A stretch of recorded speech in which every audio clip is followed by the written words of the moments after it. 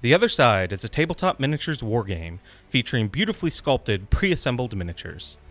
The rules are streamlined and easy to understand, providing for continuous action punctuated with tough tactical decisions. The Other Side is played on a 6-foot by 4-foot table using around 45 models per side. It uses a standard deck of playing cards with custom suits to resolve conflict and allows players to shape the outcome of the battle through the game's cheat fate mechanic. This video will highlight the core rules of the game and give you enough information to start playing. At the start of a game, both players secretly determine which allegiance they wish to play. Allegiances are the global powers that have been pulled into the unfolding worldwide war. Each allegiance plays differently from the others and impacts what units a player can hire, so the choice of which allegiance to play is not one to be taken lightly. Once both players have selected their allegiance, they select which commanders will be leading their forces into battle. Any commanders that belong to a player's chosen allegiance can be picked to lead their company. A typical game of The Other Side involves troops led by 2 commanders, but smaller skirmishes can be played out using only a single commander. Once both players have determined their allegiance and commanders, they reveal their choices to their opponent. Every battle is fought for a reason. After determining allegiances and commanders, the players must determine why they're fighting, which is called the operation. Operations are both the reason behind the conflict and how each company will achieve victory. Depending on the operation, players may have to eliminate their opponent, recover supplies in contested territory, bait their enemy into making a wrong move, or more. Each operation shapes the game around it differently, allowing different units to ebb and wane in effectiveness. While any allegiance can achieve victory in any operation, players that choose units that are most suited to a particular operation will have a tactical advantage over those who do not. After determining the operation, it's time to bring the right men, women, and monsters for the job. Your forces are always hired after knowing your operation, which ensures that both players can choose the best possible units to complete the mission before them. Each of a player's chosen commanders comes with a certain amount of scrip that is used to hire the rest of your forces. Defeating your opponent will require tactics and firepower. By spending your commander's scrip, you can hire squads of troops, massive titans, and powerful champions. You may then augment your choices further by selecting assets, which may be equipment or mutations, giving your company that extra edge. Let's take a moment to look more closely at the units which will make up your company. Everything you hire in a game of The Other Side is a unit. Every unit is represented on the table by one or more fire teams, which is itself a collection of one or more models. For example, this is an infiltrator model that represents one of the soldiers in the King's Empire. 3 infiltrator models make up this fire team of infiltrators.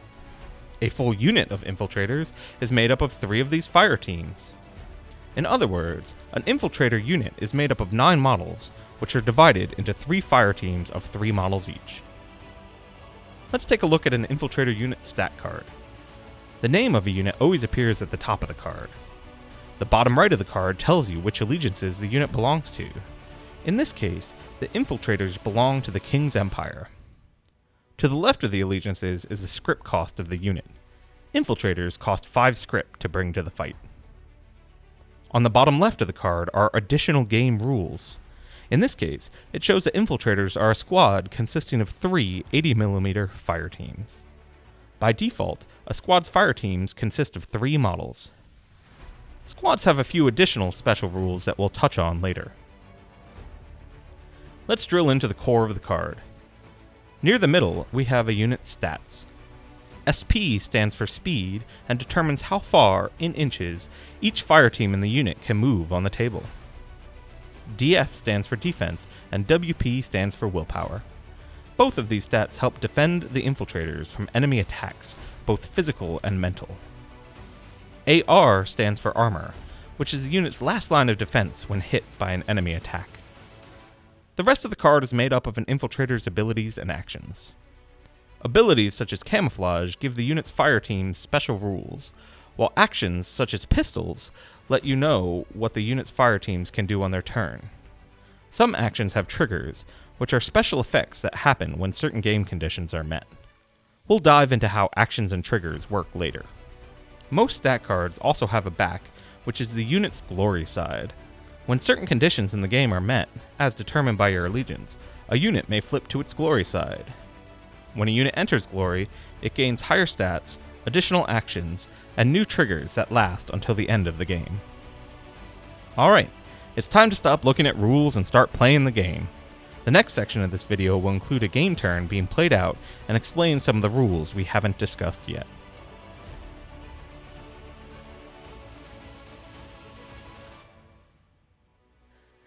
Battle is unfolding near London, with the gibbering hordes pressing the King's Empire's defenses. It's the beginning of a new turn, and both players are hoping for a decisive victory.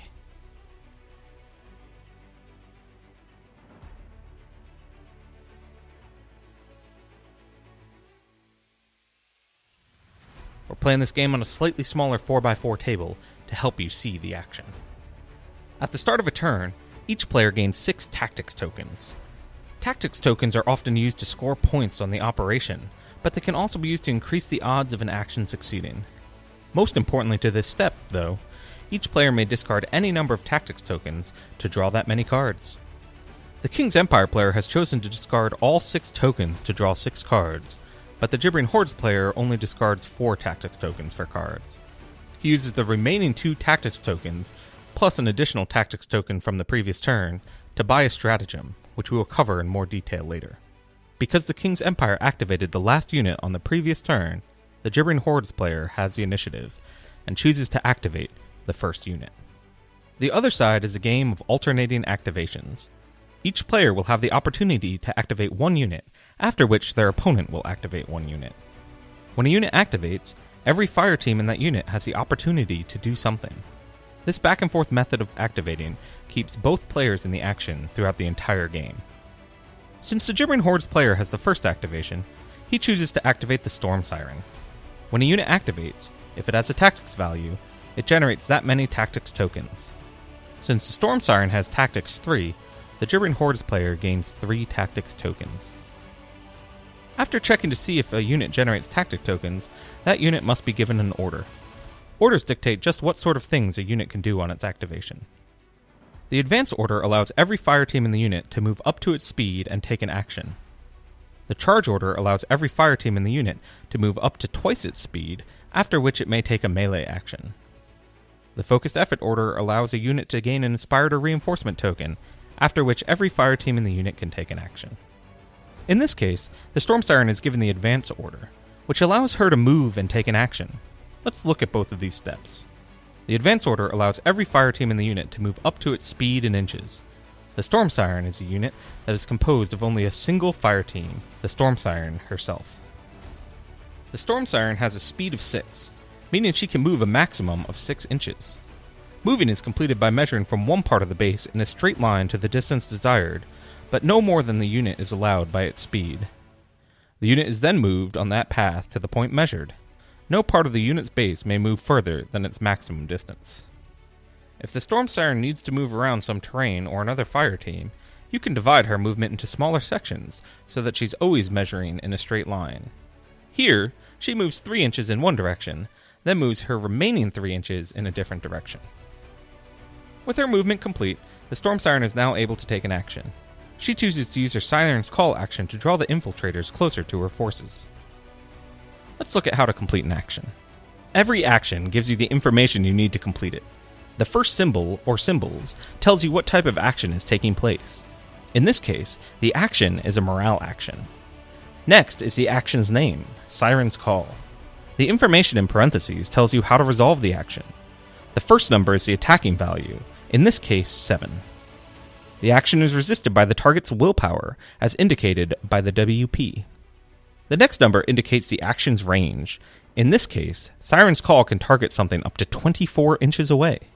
Finally, after the colon, we have the action's effects if successful. Taking an action is straightforward. First, you declare what action you're taking, including any variables such as a target. In this case, the Storm Siren declares that the Siren's Call action is targeting one of the infiltrator fire teams. She then measures her range to confirm that she's within the action's range. If she wasn't in range, she couldn't choose the infiltrator fire team as her target. Now that the Storm Siren has chosen a legal target for her action, It's time to perform the duel. The other side uses duels to determine if actions are successful. In most duels, both players will flip a card off the top of their decks and add the card's value to their relevant stat. The Storm Siren player flips a 6 of masks. This is added to her attacking value of 7 for a total of a 13 of masks. The Infiltrator's player simultaneously flips a 7 of rams. Because the Siren's Call is opposed by willpower, this is added to the Infiltrator's willpower of 3 for a total of 10 of rams. In a duel, both players have the opportunity to replace the card they flipped with a card from their hand. This is called cheating fate. Because the Storm Siren initiated the duel, she has the first opportunity to cheat. Seeing that her total of 13 is already winning, she declines to cheat fate. The Infiltrator player now has the opportunity to cheat. The player cheats in an 11 of crows. This replaces the card that was flipped, giving the player a new total of 14 of crows. Once both players have cheated fate or declined to cheat fate, you determine the winner of the duel. The Infiltrator's 14 is higher than the Storm Siren's 13, so the Infiltrator wins the duel and the Storm Siren's action fails and its effects are not resolved. The Gibbering Hordes player isn't quite ready to give up. Because the Storm Siren is a commander, she may take an additional morale action during her activation. The Gibbering Hordes player decides to try luring the Infiltrator fire team closer by using the Siren's Call action again. This time, let's watch it play out a bit more quickly. The Gibbering Hordes player declares the Siren's Call action, targeting the Infiltrators and checks range. Both players flip a card off the top of their fate deck. The Storm Siren flips a 10 of crows for a total of 17 of crows. The Infiltrator flips a 5 of tomes for a total of 8 of tomes. Both players realize that cheating fate won't change anything. The Storm Siren flipped too high, so both decline to cheat fate. The Storm Siren's total of 17 is higher, meaning she wins the duel and can resolve her action.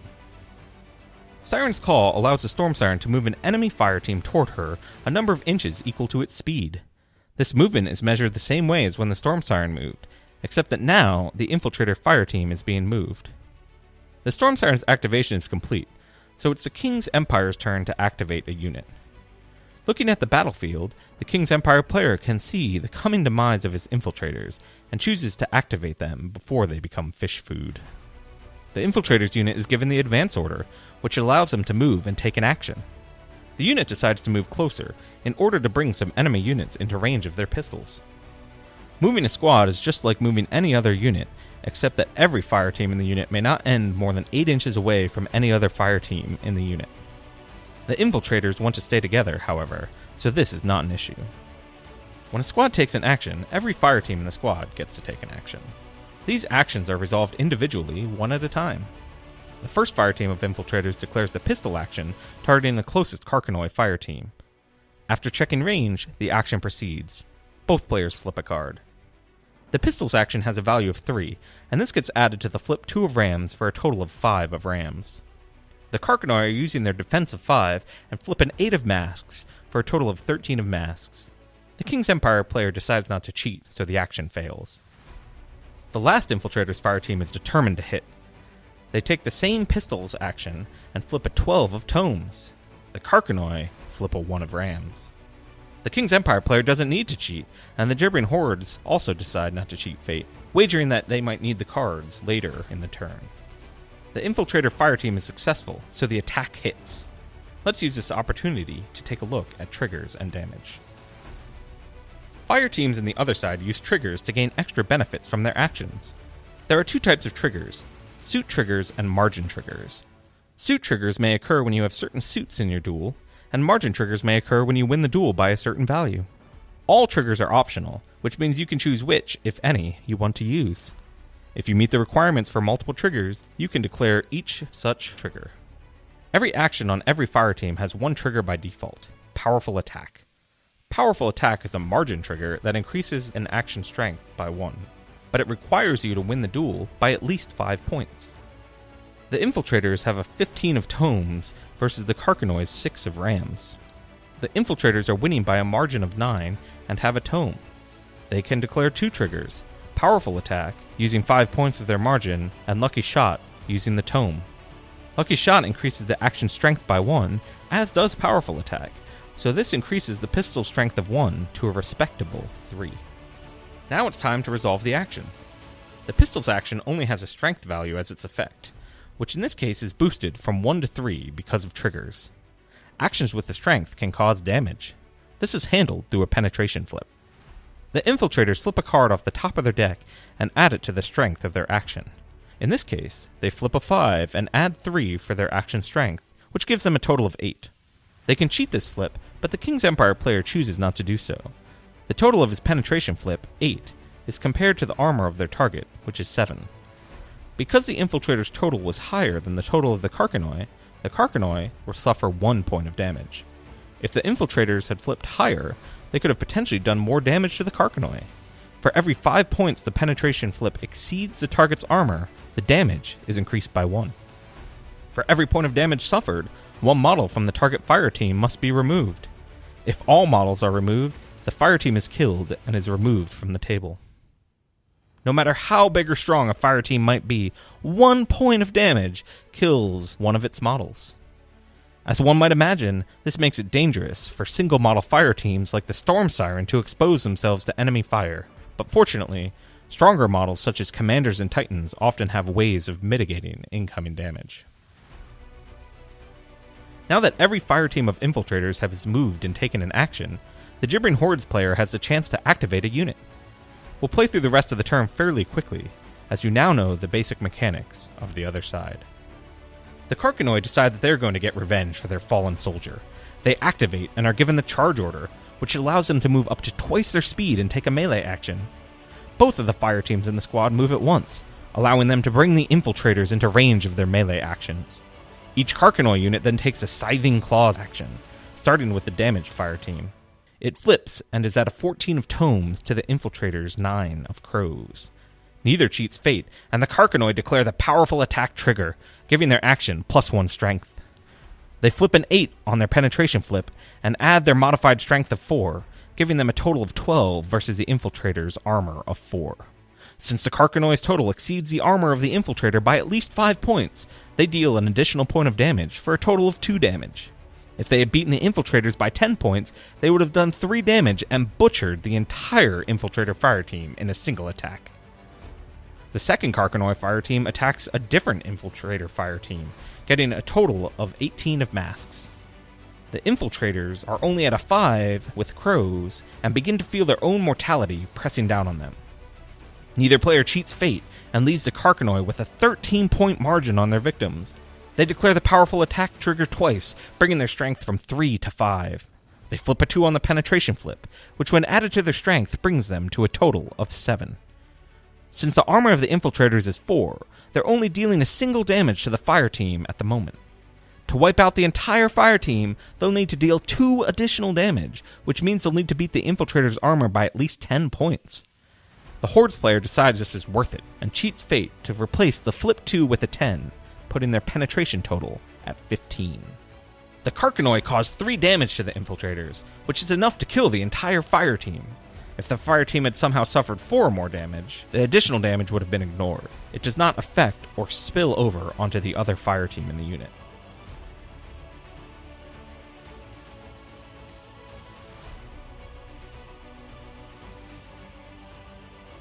The King's Empire player is next, and he chooses to activate the Royal Rifle Corps. Their fire teams are already in range of their 22-inch rifles, so they are given the Focused Effort order. This allows them to gain an Inspired or Reinforcement token as well as take an action. This is a good time to discuss the 5 different tokens used in the other side. The other side uses 5 tokens. Tactics tokens, which can be used for various effects as we've already seen. Inspired tokens, which can be used to gain a +2 bonus to a duel's total. Shaken tokens, which can be used by the opponent to give you a -2 penalty to a duel's total. Reinforcement tokens, which may be used to add models back to a unit that has suffered damage. And pin tokens, which prevent reinforcements and reduce the distance a unit can move. The Royal Rifle Corps have an ability on their stack card that lets them gain 2 tokens instead of 1 when they are given the Focused Effort order, so they gain an Inspired token and a Reinforcement token. The first Royal Rifle Corps then shoots at the Storm Siren in an attempt to eliminate the enemy commander. They decide to use their inspiration on their first shot and flip an 11, giving them a staggering total of 19 of masks. The Storm Siren flips an 11 for her defense, which gives her 17 of crows. Neither side cheats fate, and there are no triggers. The Corps flip a 4 for penetration, which, when added to their strength of 4, gives them a total of 8. They decide not to cheat fate, so the total is compared to the Storm Siren's armor, and she suffers 1 damage. Normally, 1 damage would kill a single model fire team like the Storm Siren, but she has some tricks up her scales. Because she's a commander, she can force the nearby Spotted Skulkers fire team to suffer the damage instead. They lose 1 model as one of their number valiantly throws itself in front of the bullet, dying so the commander can survive. The next Royal Rifle Corps fire team now attacks, but the unit's Inspired token has already been used, so they're not feeling quite as brave as their friends. The Corps flip for the attack and get to a total of 13 of tomes to the Storm Siren's 16. Neither side cheats fate, so the Storm Siren wins a duel and the attack misses.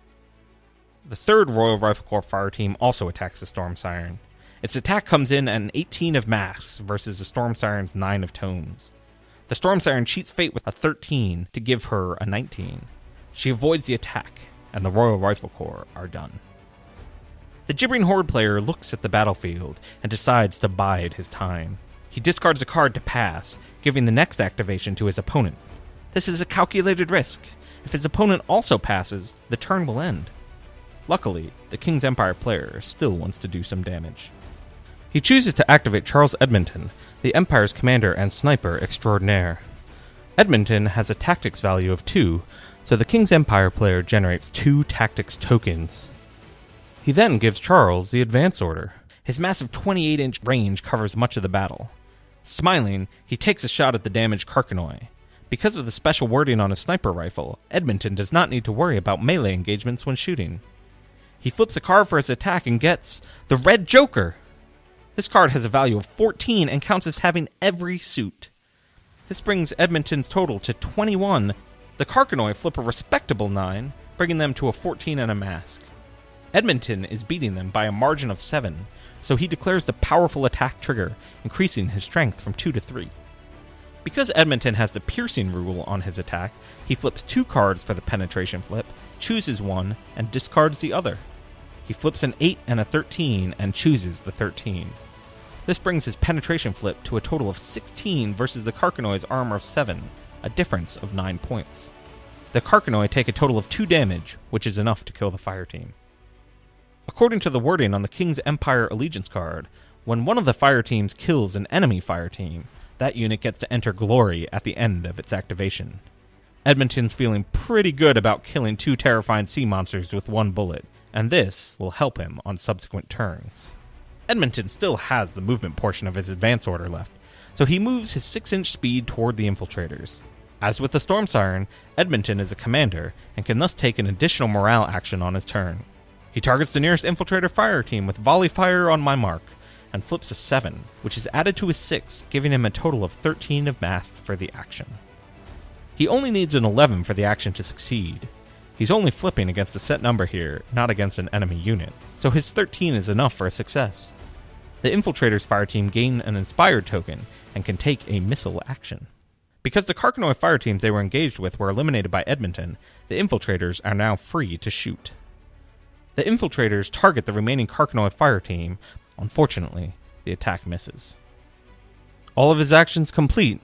Before Charles Edmonton's activation ends, he flips his card over to his glory side, improving his potential in the game. The Gibbering Hordes now has the opportunity to activate a unit. The Gibbering Hordes player decides that this is the right time to unleash a dirty trick. Remember the stratagem that he purchased at the start of the turn? He reveals it to his opponent and announces that he's playing the Heavy Rain stratagem. By drawing upon her magic, the Storm Siren creates a new piece of terrain called a Tide Pool. The Gibbering Hordes player places this new terrain right next to the Royal Rifle Corps. The player then activates his Spotted Skulkers and charges the Royal Rifle Corps. Normally, the Tide Pools would hinder a fire team entering them, but the Gibbering Hordes Allegiance card says that their fire teams may ignore friendly Tide Pool terrain. Additionally, the Spotted Skulkers gain a bonus when they are touching terrain, allowing them to flip 2 cards, choose one, and discard the other when in a duel. The 2 Spotted Skulker fire teams move up into melee range of the Royal Rifle Corps fire teams. The first Skulkers fire team declares the Sharp Teeth action and flips a 6 and a 13. They decide to keep the 13, which gives them a total of 18 of crows. The Royal Rifle Corps have a 9 of crows for defense. The Skulkers declare the venomous and powerful attack triggers, which increase the action strength to 3 and give it the piercing rule. Attacks with the piercing rule flip an additional card on penetration flips and take the highest, so the Skulkers flip 2 cards, giving them a 2 and a 12. Using the 12 nets a 15 versus the core's armor of 7, which is just enough to give the Skulkers +1 damage. The Royal Rifle Corps fire team suffers 2 damage, so 2 models are removed, leaving 1. The second Skulker attacks a different fire team.